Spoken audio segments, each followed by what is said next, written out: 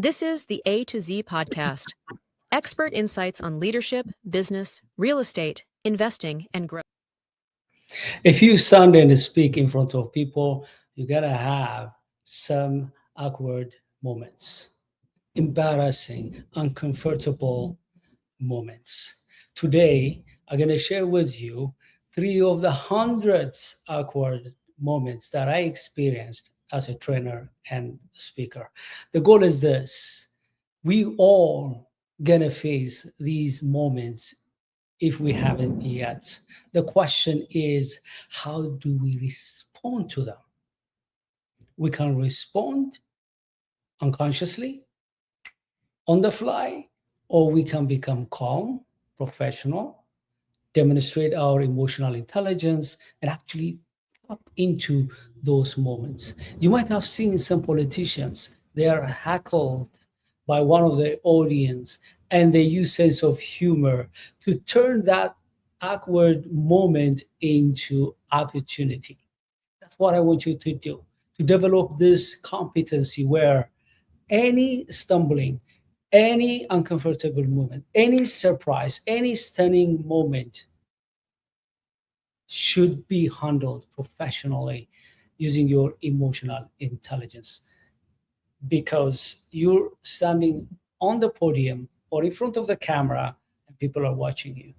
And if you respond aggressively or out of proportion or even casually, it may erode your credibility.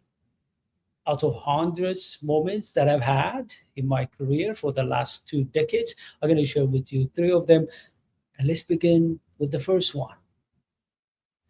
It was a cohort program, and we meet every month for a couple of days. We meet the first day in the morning before the morning break. We had a wonderful time. Everybody was happy, engaged. Everything went well until the break. We took a 15-minute break. We came back. Everything changed.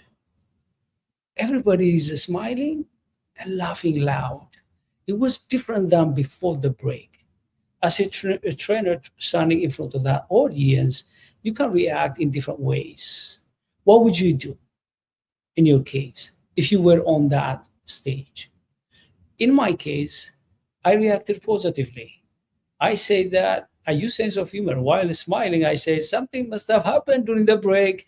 You guys are smiling more, laughing more. Would you please share with me so that I may join you? I was smiling, laughing. They laughed more. I didn't have any clue about what went wrong. And then one guy at the back, let's call him John. John raised his hand. I thought he was asking a question or maybe a comment. And I said, "Hey, John, go ahead." He put his hand down because he didn't have any question. He was trying to rescue me. And then I continued to speak. They are still smiling and laughing loud. I know something was wrong, but nobody was telling me. John, for the second time, raised his hand. And I go, "Go ahead." He understood that I didn't get it. So he called me like this. I came closer and he came close to me. So I hold my ears. "What's John?" "Zip your pant." Nobody heard except me. I laughed loud. What do you think I did immediately? Walked away to the restroom, embarrassed, and come back again and move on? Or I just zipped my pants, went on the stage, and continued? What would you do if you are in that situation? I laughed loud. And then I said, "Oh, now I got it." Everybody had a laughing and happy moment except me, because I was the center of that moment. You guys, you're very greedy. You should have told me I should have this moment together with you a little bit earlier. tongue to John, now you don't have that moment because I know why you're laughing, why you are smiling. And I continued. Everybody laughed about it. We had a wonderful time and we moved on. What are the takeaways? The takeaways is something could go wrong. In my case, that was the issue. But in your case, could be different but embarrassing. The key thing you want to do is you want to fly on the moment, address it. Don't walk away. Don't ignore it. Don't get embarrassed. Use the opportunity. Use sense of humor, of course, on yourself. Laugh about it and move on. This could happen also virtually. I remember I was mentoring someone. He asked me, just watch me how I facilitate virtually. And I was sitting virtually and watching him. I don't know what happened. He tapped immediately the webcam and he disappeared. It felt eternity, but he was away for 2 or maybe 3 minutes. I was wondering what happened. And people were chatting, where is the trainer? Is that only me? I don't see him. Where is he? What's going on? I can't hear anything. And then after 2, 3 minutes, he came back and he removed the tape from the webcam and he continued to speak. I was shocked. I believe every participant, they were wondering what happened to him. They were thinking about this at least for the next 10 minutes, distracting them. Of course, after the meeting, I gave him feedback. Look, something could happen at any time, at any moment. You can just mention it. For example, if somebody was knocking your door, you could say, a mailman is knocking my door hard. Let me go and talk to him. Just give me a minute, and you can tap it if you want to. Go back, but when you come back, address it. Hey, it is taken care of. Sorry for the inconvenience, and you move on. The second story happened again for a 3-day workshop. It was the second day afternoon. First day, I know the team because we have had different occasions. We had, I think, 2 residential sessions. Basically means I know the team very well. All of a sudden, second day afternoon, 2 of the participants, relatively younger, they were doing something I didn't expect. It was distracting. One was playing using this ball, small ball, on his table. It was not disturbing other people, but somehow it distracted me a little bit, and definitely the people at that table. The other guy on the other side, he was putting 2 of his feet. He was sitting like this, dejected, and he was putting 2 of his feet on a chair. What would you do if you are the trainer in that room? Would you say, hey guys, it's unprofessional, stop it? Would you overreact? Or you just ignore it? What do you do? While I'm still present, communicating as if nothing happened, I was thinking in the background, how do I handle this professionally? Inside of you, you feel something, irritation, but you don't want to express that.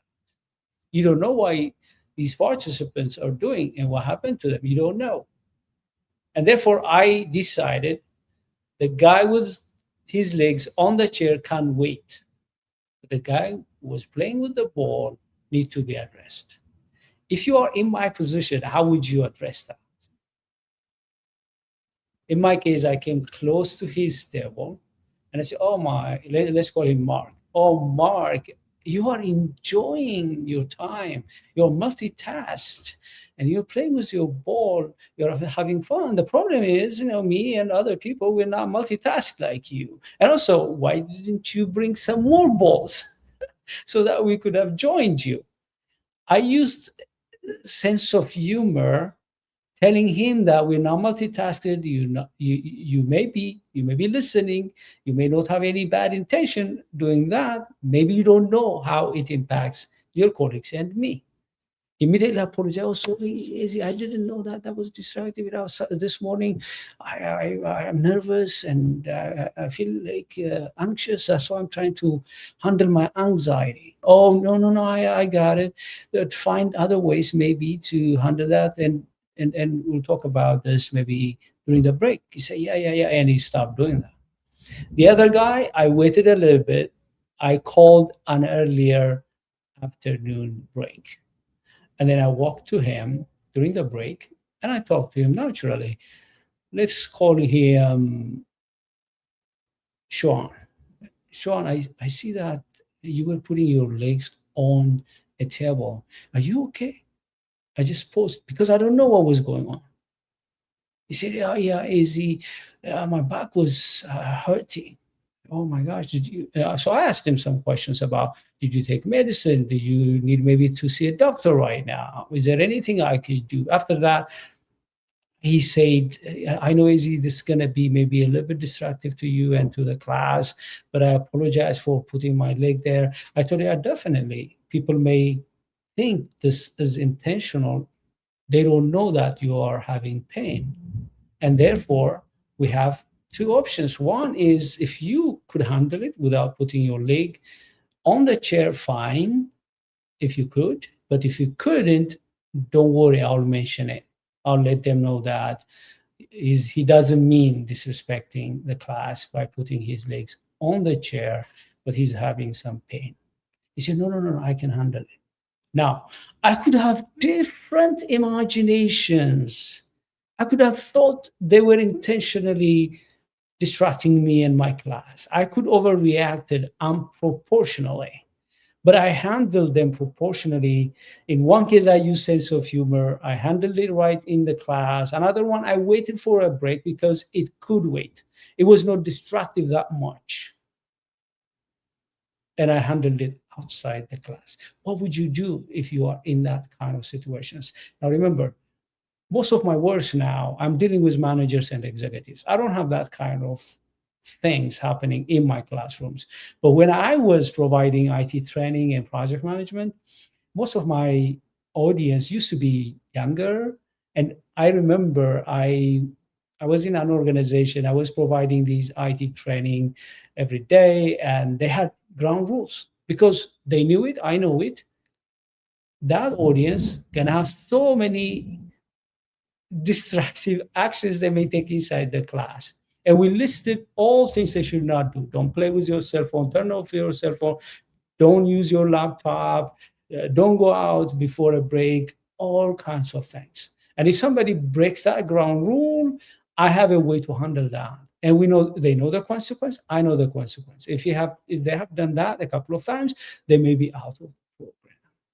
But in most cases, my audience are very mature. They don't need ground rules. They don't need babysitting. And therefore, I don't see those kind of things lately.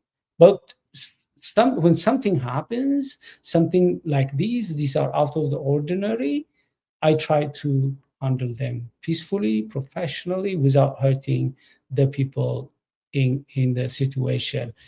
And I try to find a way to address it respectfully. The third and the last was a one-day workshop. Normally, when I go to speak or provide training, my hotels are normally like 10, 15 minutes. They're not far. Part of the reason is if I need to bring something, if I forget something, I go back quickly to the hotel and I bring them up. That's why, and also we don't want to deal with traffic. That time it was a very remote place, and I think I drove like 30 minutes. While I was driving to the training place, I saw a Starbucks. I went out, got the coffee. I was drinking. I went to the training location. I got there. I had like 30 minutes. And then while I was getting out of my car, I spilled my coffee. If my hotel was 10 minutes away, I could have driven back, get another. Always I go with a backup shirt, trouser, and shoe. I could have gone back, got another shirt, and go clean in the classroom. But I had 30 minutes. Driving back by itself is 30 minutes. If it's traffic, it could go longer. And then drive back to the classroom, which means I'm gonna be late and I couldn't set up my laptop, everything. And I had to make a decision. The decision was, look, coffee is spelled. I didn't like it. This is a new audience. They don't know me. They think I'm very careless, I'm professional. That's another thing I want to worry later. But right now, I need to get there and set up my laptop while having coffee spilled on my shirt. I was setting up everything, and the time came. I stood there. If you were in my situation, coffee spilled on your shirt, you're in front of a new audience, what would you do? Would you go back to your hotel and get a new one, or go to the nearby mall, maybe buy a new one? What would you do? Now, once you are in the room, how do you address that? It's very awkward. But the way I handled it was, I mentioned it right away. But the way I handled it was not like, sorry, this happened. No, that's awkward also to the audience. Why would you bother them and burden them? It's a mistake. I asked, how many of you have spilled coffee on your shirt while you are heading to an important interview or presentation or meeting? Half of the room raised their hands. Hey, today I join your club. And everybody laughed. I spilled my coffee. My hotel is far away. I couldn't be able to go back. Hey, I hope this doesn't distract you. I could continue. I couldn't just go back and come late and destroy everything. I couldn't also ignore that and continue as if nothing happened. I don't need also to apologize like right away. Sorry, this happened. No, make it lighter. Yes, you are apologizing, but lightly. Hey, how many of you face this? I say, okay, I joined your club. Look, I have this. Potentially it doesn't distract you. And then you move on. In conclusion, if you're a speaker, a leader, entrepreneur, and team leader, you always stand in front of people. It happens. It's not about when. It's not about if. It's when this happens. And when that happens, the question is, how do you handle it? And today we have seen 3 different awkward moments and how I handled them. I want to hear from you. If you handle the same thing, I want to hear how you handled it. It could be a little bit different. I want to learn from you. If you have never faced these 3 awkward moments, well, now you have at least one of the approaches that you could use to handle them. The key thing is this: as a speaker, as a team leader, as an entrepreneur, you stand in front of people. When you speak, something could happen virtually or in person. Relax, use your emotional intelligence, be self-aware about what was going on. If you remember, I was aware when they were excessively smiling and laughing. I was aware that 2 of my participants were playing inside the classroom. Once you're aware, make judgment on the fly. If something could wait, please don't do it inside the class. Don't put participant on the spotlight. Most importantly, don't make judgment. You don't know what was going on. You have to wait until the next break, and handle it. But if time doesn't allow you, and if it is important to interfere, use sense of humor. Laugh about it, use sense of humor to address it. Of course, if it becomes bad, of course, you have to intervene and ask those people to take action to stop what they were doing. But you don't want to go there because they're part of the team and you want them to join the team as you solve that by using sense of humor, by making it lighter than by taking it seriously and acting unproportionally. Hope this benefited you. Until I see you again with another conversation, have a wonderful time. If you need any help as a speaker, I wrote a book, Speaking for Impact. I discussed about how to handle this kind of awkward and stumbling and setbacks. Read the book. It's on Amazon. I also leave a link in the description. And also, if you want to have coaching 101, I could coach you, not just on handling these kind of situations, but overall from A to Z speaking moments that you face. I could coach you. You could reach out. And of course, you can also arrange a 1-day or 2-day workshop on helping your people to speak in front of the camera or in person with confidence, with awareness, presence, and professionalism. Bye-bye.